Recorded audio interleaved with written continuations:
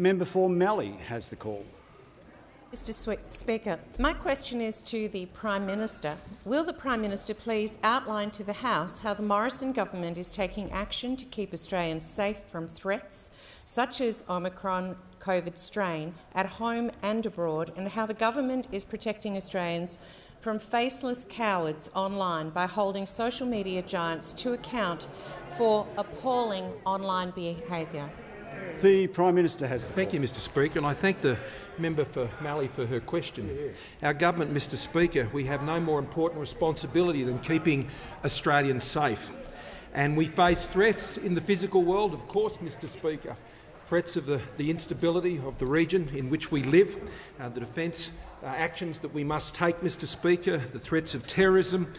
There are many threats, health threats and many others that we face in the physical world, but we also face those threats in the digital world as well, whether that's the threat of cyber attacks, Mr Speaker, or indeed those attacks that are made on Australians every day, anonymous attacks that are made online in a cowardly way, Mr Speaker.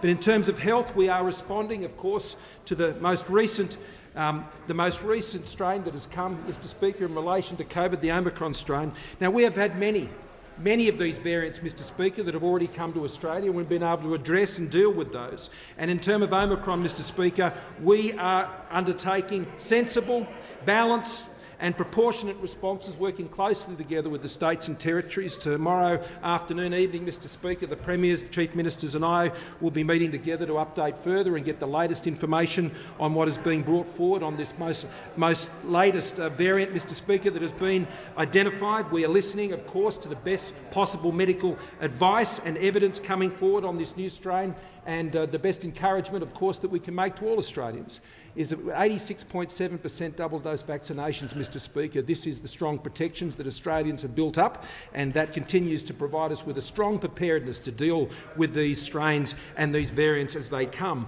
In the Solomon Islands, Mr Speaker, Australian boots are on the ground. 45 Australian Federal Police and 76 Australian Defence Force officers from the 3rd, 6th and 17th Brigade in Townsville, Mr Speaker.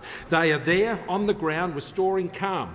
They are there enabling our own Pacific family to be able to deal peacefully with the issues in their own country, Mr Speaker. And I welcome in particular the broader support we've had from both Fiji and Papua New Guinea and New Zealand in the response that we've made to ensure that we can provide for a peaceful environment for these issues to be resolved in the Solomon Islands. But I thank all of those who are there right now in a place, Mr Speaker, that has seen very serious civil unrest, and I thank all of their families as well, because they are going away weeks out from Christmas, Mr Speaker, but they're doing their duty. And when it comes to online safety, Mr Speaker, this government, Mr Speaker,